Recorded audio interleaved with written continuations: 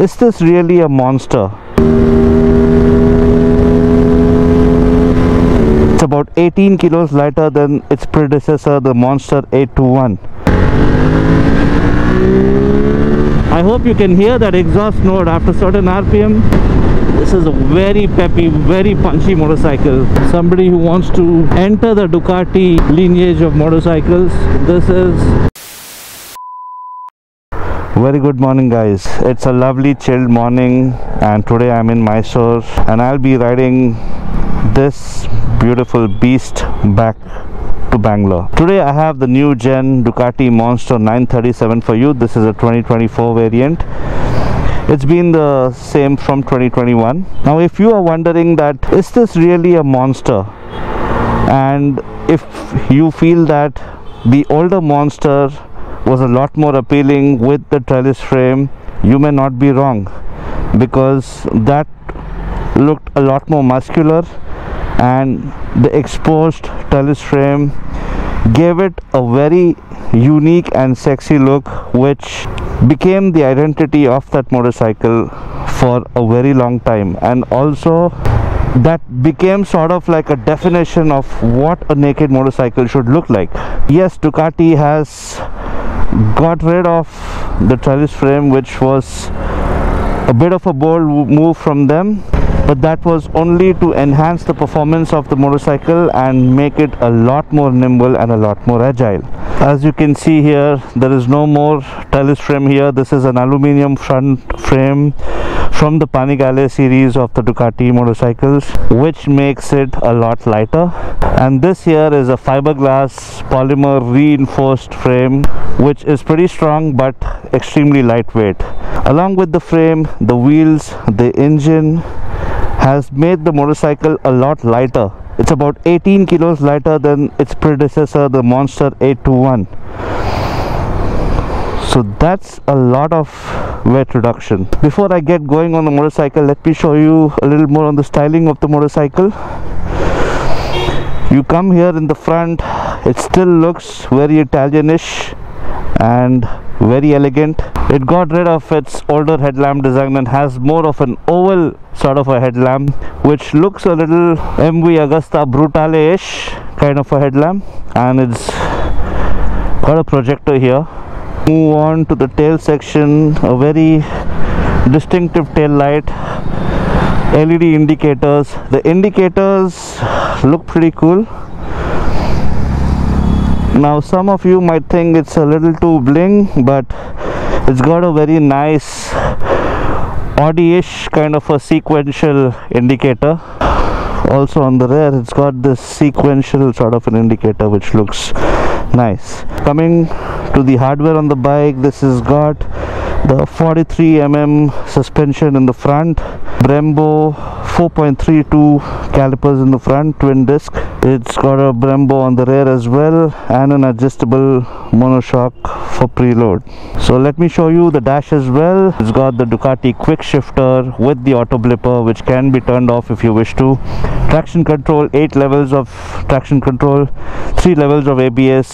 Ducati wheelie control, which can be switched off. That also has different levels, and it's got the launch control as well, which may not be very important on a naked urban motorcycle like this, but then yeah, it's got that feature. In terms of the riding modes, you've got sport, touring, urban to choose from. I'm riding in the sport mode since it's gonna be a nice ride to Bangalore now, about 180 kilometers of ride. Motorcycle overall has become a lot more sleek, a lot more slimmer with its weight reduction. Let us go on a ride and tell you what it feels like. I have ridden the bike for some time in the Mysore city. Let's take it on the highway, and let's also take it in the Bangalore city, some peak traffic in the Bangalore as well. So the motorcycle is very compact. Let's get going and tell you what the bike feels like. It's already warmed up. It's got a nice looking TFT display, which is inspired from the Panigale motorcycles again.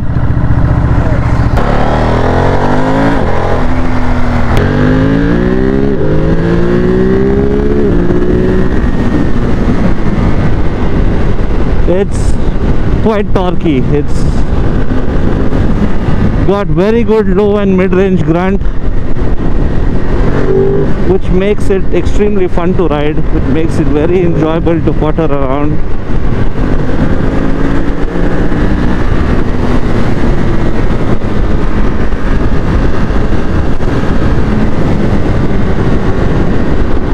Yep, so the seat height on this is about 820 mm, which is 10 mm higher than the 821, but it doesn't really feel too tall because the seat has become narrower, and that might be really helpful for shorter riders. Overall, the bike has become very slim, which makes it very easy to ride. And also the foot pegs are slightly up, which makes it a bit more sharp in terms of handling. And the ground clearance on this is a massive 200 mm. That's adventure motorcycle range. I will see if I get some humps to test it out for you. So I'm heading to Bangalore. The expressway unfortunately is closed for bikes, and that's a bummer. I'll have to take the Nagmangla Kunigal route back to Bangalore. Of course, it's that industrial kind of a sound, which is raw. And after 7000 RPM, I can feel the exhaust note change a bit, as if, I don't know if there's some sort of a valve system that opens after 7000 RPM. I'm not too sure on that, but it definitely feels like, so you already have very good initial and mid-range, but while you cross that 7000 RPM, you feel there is a little more surge after 7000 RPM. And also the bike has a very unique growl post 7000 RPM. I'll try to show it to you later on an open stretch. So I'm riding in the sport mode. The traction control setting is at number 1, wheelie control at 1. I do not want too much intervention. Anyways, I'm riding on the street, and it is not really raining. It had been raining early in the morning, but it's cool now. The brakes feel good. Although these are not the top of the line Brembo equipment like the Brembo Stelima calipers or the M50s. These are the Brembo 4.32. But for a motorcycle this light, it's anyways working very well. You do not feel like you need anything more on this motorcycle. I hope you can hear that exhaust note after certain RPM. This is a very peppy, very punchy motorcycle. It makes it so easy to ride. So the engine on this is a 937cc Testa Strada engine, which is also used on the Supersport, Multistrada and the Hypermotard. This makes about 111 PS of power, but the torque is where this motorcycle shines. 93 Nm of torque, which comes a lot lower in the rev range compared to the older Monster.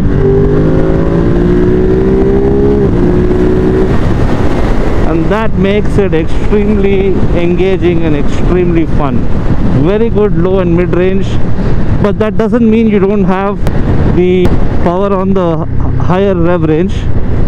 Anyways, we will test that in a better way later, where we get a better stretch. Quick shifter feels good. I mean, there is no sort of misshift at all, but I feel that the upshift is a bit smoother than the downshift. So to give you a reference of what the handling feels like, this feels like a freaking Duke 390.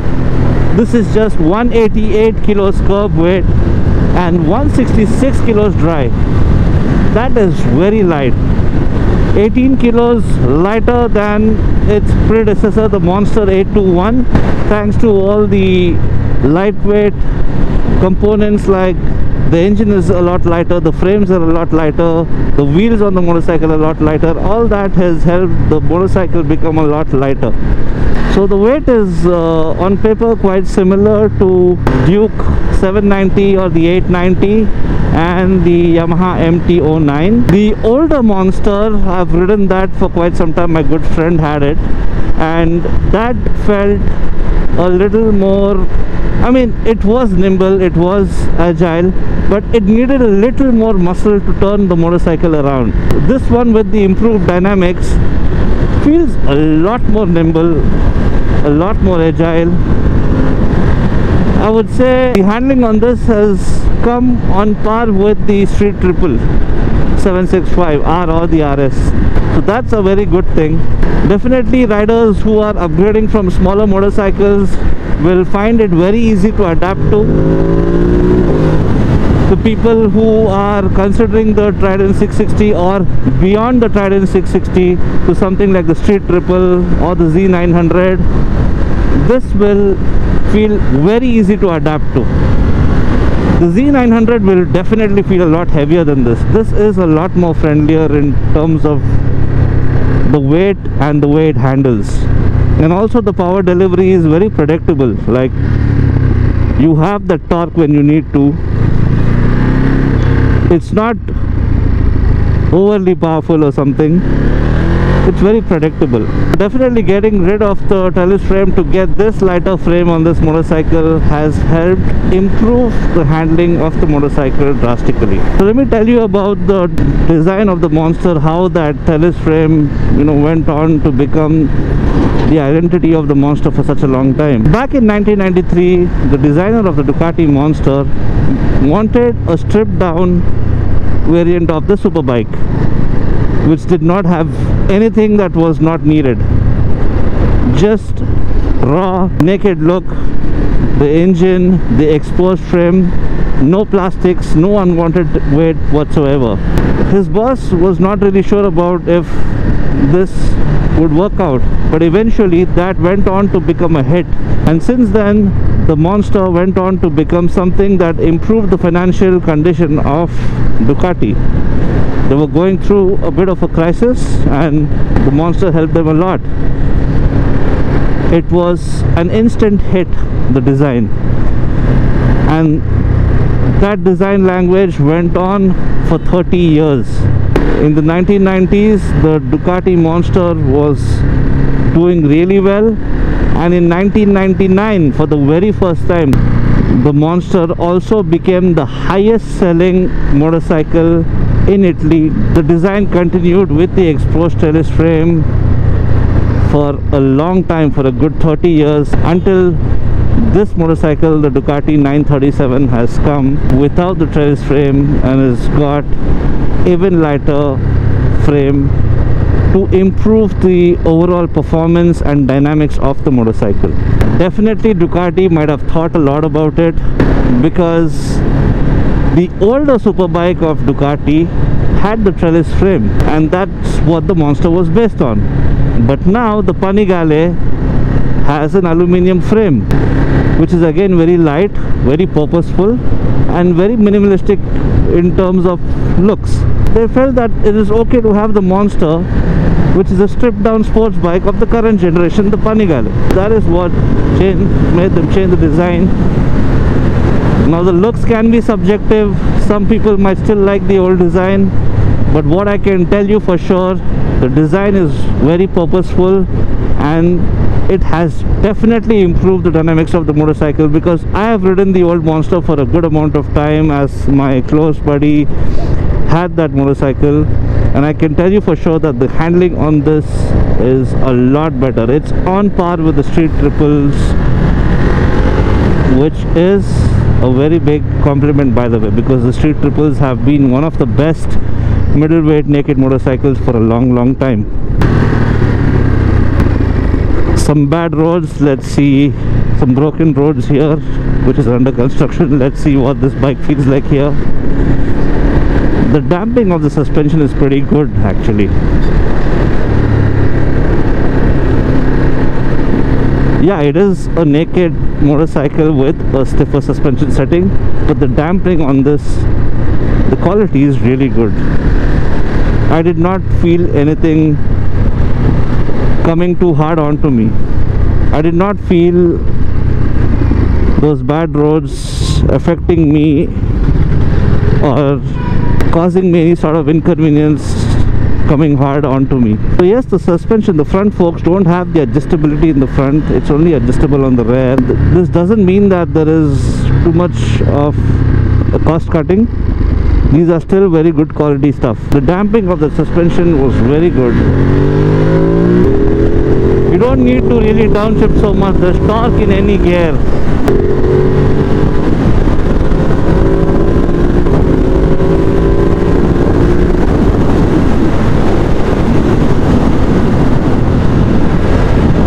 It's so easy to play around with this motorcycle.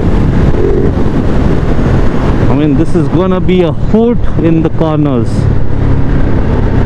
on the track, or even on canyons with some twisties.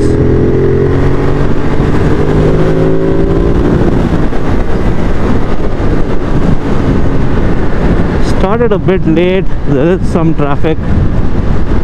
It was raining early in the morning and I didn't want to ride in the rain. The weather is quite pleasant.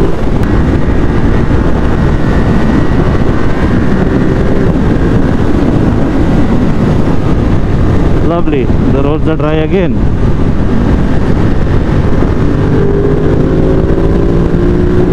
This is such a hoot to ride this motorcycle.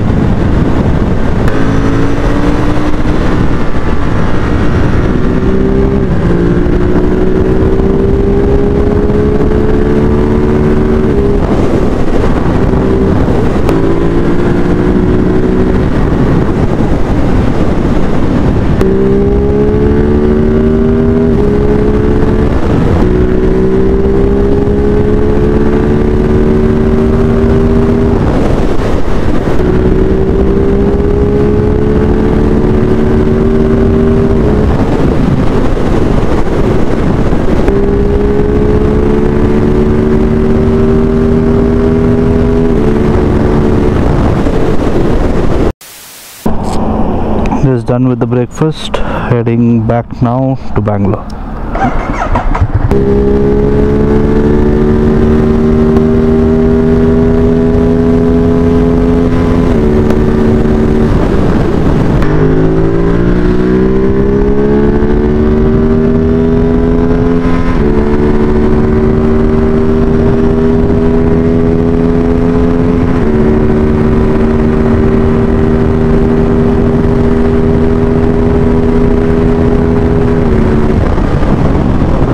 Yep, so in 4th gear it does about 200 kilometers per hour, maxing out the 5th gear it does about 225 kilometers per hour, and I still did not get a stretch to take it to the 6th gear.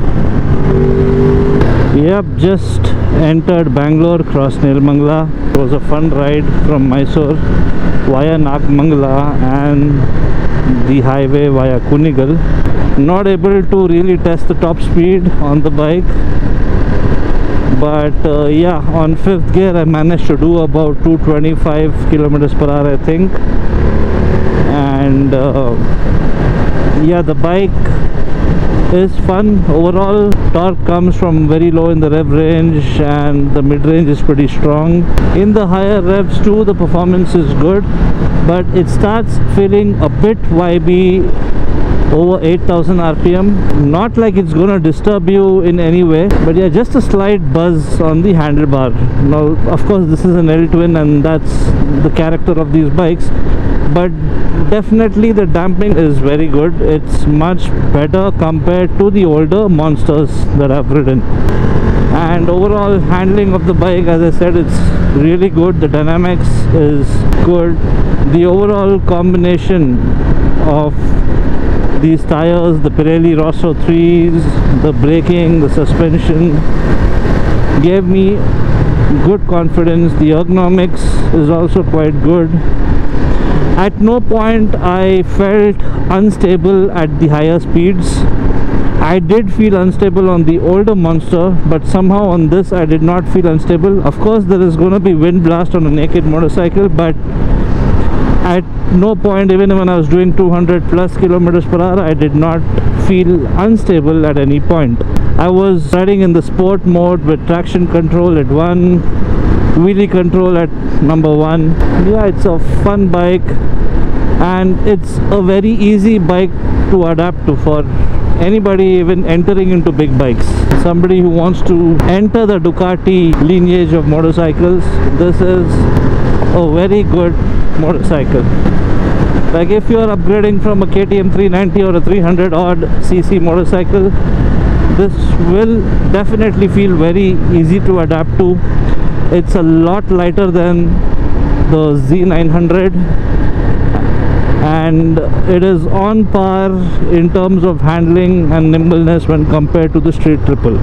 Now in terms of pricing, this is about 13 lakhs ex-showroom, 12,95,000 for the standard variant in red color, and there is a price difference among the colors. And the Monster Plus variant is about 13,05,000 or so ex-showroom. Monster Plus just gets an additional small windscreen and a seat cowl. So on-road price is about 16,63,000 on road in Bangalore, and close to 17 lakhs for the Monster Plus variant. Pricing is closer to the Street Triple RS. In fact, it is slightly higher than the Street Triple RS.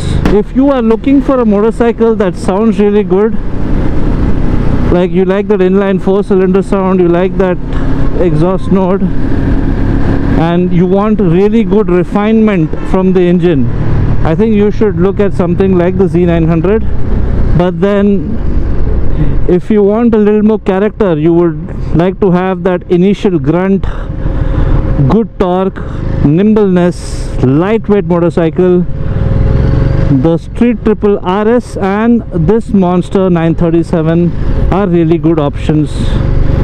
I think it's very close to the Street Triple RS, and you should ride both the motorcycles to understand which one suits better for you. I think if you want to get a Ducati, you know, have that elegant Ducati design, you want to have a entry-level Ducati, the Italian design, the Italian character, this one is definitely a good option. And in terms of handling, rideability, this is a lot better than its predecessor, the Monster 821. For sure, this does not have very good road presence. This is not going to grab a lot of attention, the Monster, because it is very compact and it looks like a smaller motorcycle. But then yes, it has premium and elegant design. If you do not want too much of attention and you want a Ducati to have fun with, to play around with, this is a really nice option for you. When I rode this bike for the first time yesterday, I was very happy with the handling of the motorcycle and how user friendly it is, how easy it is to ride. And another very good pro that this bike has is its ground clearance. It's got 202 mm of ground clearance, and it is in the level of the adventure motorcycles. If you're not really into those adventure touring motorcycles, you want a fun little street fighter which you can do some touring on, and if you want to do some mild off-roading on, this has some good ground clearance. Now some motorcycles like the Trident 660 for example has really low ground clearance. This one has very good ground clearance, so this is one very good plus point on this motorcycle. And in this Top Go traffic, I have to tell you, there is some amount of heat. Not way too much, like you might want to get off the bike and all that, but you do feel some heat. For me, it's around this area, the inner thigh. There is some good amount of heat coming in. The temperature is about 105 degrees Celsius. It's been at around that temperature for some time in this bad traffic, but that's how the character of the L Twins is.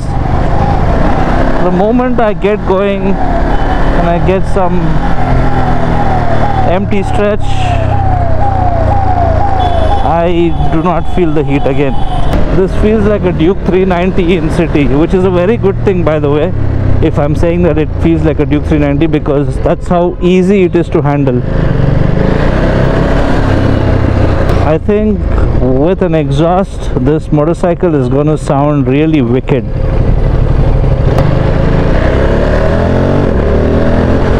Navigating through the traffic is easy on the bike. The clutch, as I said, is not too soft, not too hard. Not like it's gonna cause any sort of pain to you, but it's not the lightest of the clutches, even though it's a hydraulic.